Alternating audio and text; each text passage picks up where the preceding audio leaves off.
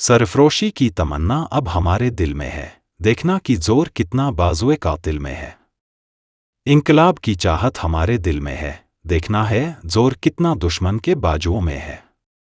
आप सभी को इस दर्शन ज्ञान चैनल पर स्वागत है। बांग्लादेश में हिंदुओं पर हो रहे अत्याचार के विरोध में भारत सहित दुनिया के कई देशों में प्रोटेस्ट हो रहे हैं। इस मामले पर अब बांग्लादेश की सरकार का जवाब आया है। जवाब ऐसा है जिससे हर कोई हैरान है। बांग्लादेश की सरकार यह मानने के लिए तैयार नहीं है कि बांग्लादेश में हिंदुओं के ऊपर हमले हो रहे हैं। में जा बैठा है। आज बांग्लादेश का रवैया अपने आप में बहुत कुछ बयां कर रहा। भारत ने जिस बांग्लादेश को सहारा दिया, आज वो उसी के खिलाफ जाकर बयानबाजी कर रहा है। लेकिन बांग्लादेश को भारत के खिलाफ जाने का नतीजा खुद भुगतना पड़ेगा। भारत ने अपने लाखों सैनिकों की कुर्बानी देकर बांग्लादेश को आज़ादी दिलाई, लेकिन आज वही बांग्लादेश भारत के खिलाफ जाकर पाकिस्तान का समर्थन कर रहा है। अब सवाल उठता है कि क्या भारत चुप बैठेगा? जवाब है बिल्कुल नहीं। जी हां, विदेश सचिव विक्रम मिश्री का बांग्लादेश द्वारा इसी रणनीति का हिस्सा है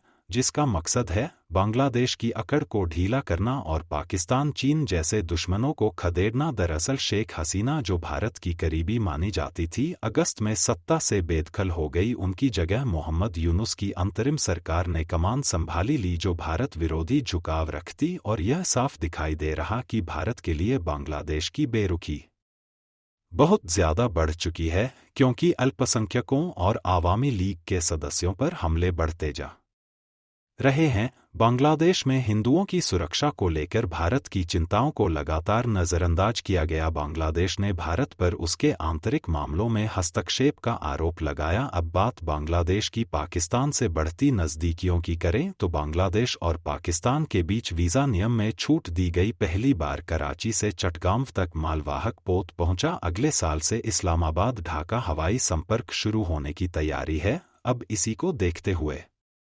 विक्रम मिश्री का दौरा बांग्लादेश को दो टूक संदेश देने के लिए है, और यह दौरा कूटनीतिक दबाव बनाने और भारत के खिलाफ रचे जा रहे षड्यंत्र को बेनकाब करने की दिशा में एक बड़ा कदम है। भारत को यह साफ करना है कि वह अल्पसंख्यकों पर हो रहे अत्याचारों को बर्दाश्त नहीं करेगा। साथ ही पाकिस्तान और चीन के साथ बढ़ते संबंधों को रोकने के लिए भी दबाव डालेगा। हालांकि बांग्लादेश के लोगों की बात करें तो वह दिल से भारत के साथ हैं, पाकिस्तान के साथ नहीं, और इस बात को पुख्ता करती है बांग्लादेश की निर्वासित लेखिका तस्लीमा नसरीन, जिन्होंने मोहम्मद यूनुस की सरकार को करारा जवाब दिया। उन्होंने कहा कि भारत ने बांग्लादेश को बचाने के लिए अपने 1,7,7,000 सैनिकों की जान दी, लेकिन आज वही भारत दुश्मन माना जा रहा है। पाकिस्तान, जिसने लाखों बांग्लादेशियों की हत्या की और महिलाओं के साथ अत्याचार, आज बांग्लादेश का दोस्त बन गया है। खैर, बांग्लादेश को यह समझना होगा कि पाकिस्तान और चीन के साथ उसकी दोस्ती लंबी नहीं टिकेगी। भारत ने बांग्लादेश को एक पहचान दी है और उसकी सुरक्षा की गारंटी भी, अगर बांग्लादेश ने भारत विरोधी गतिविधियों में शामिल होना जारी रखा तो भारत अपने रुख को और सख्त करेगा। बांग्लादेश की अकड़ को ढीला करना जरूरी है, क्योंकि भारत अपने दुश्मनों को सबक सिखाना बखूबी जानता है। अंतर्राष्ट्रीय स्तर पर हो रहा है कि बांग्लादेश को दोबारा पाकिस्तान बनाने की कोशिश की जा रही है, तो उसके लिए तो बहुत सख्त कदम उठाने की कोशिश करने होंगे मोदी सरकार को।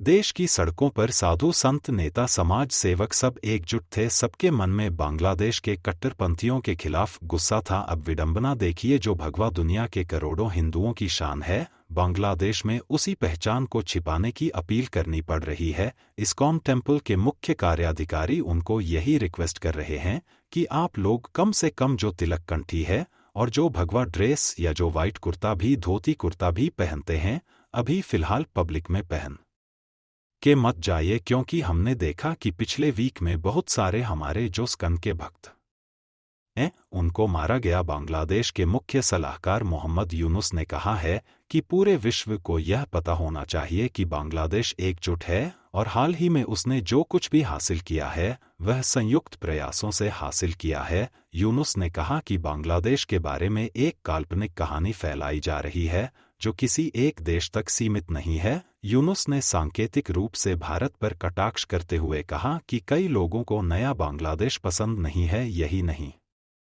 बांग्लादेश की यूनुस सरकार के सलाहकार आसिफ नजरुल ने भारत का नाम लेकर यह तक कह दिया कि वे देशहित संप्रभुता और अस्तित्व की खातिर एकजुट रहेंगे। बांग्लादेश को शक्तिहीन, कमजोर और दब्बू समझने का कोई कारण नहीं है। पूरा देश भारत के दुष्प्रचार के खिलाफ एकजुट है। बता दें कि बांग्लादेश की सरकार की तरफ से यह बयान ऐसे समय पर आया है जब भारत में काफी बड़े लेवल पर बांग्लादेश में हिंदुओं पर अत्याचार के खिलाफ प्रोटेस्ट हो रहे हैं। उन्होंने भी ये कहा है कि स्थिति बहुत गंभीर है। यूनुस खान कुछ उस तरीके से कर रहे हैं जो कट्टरपंथी हिंदू को लगातार अटैक किया जा रहा है।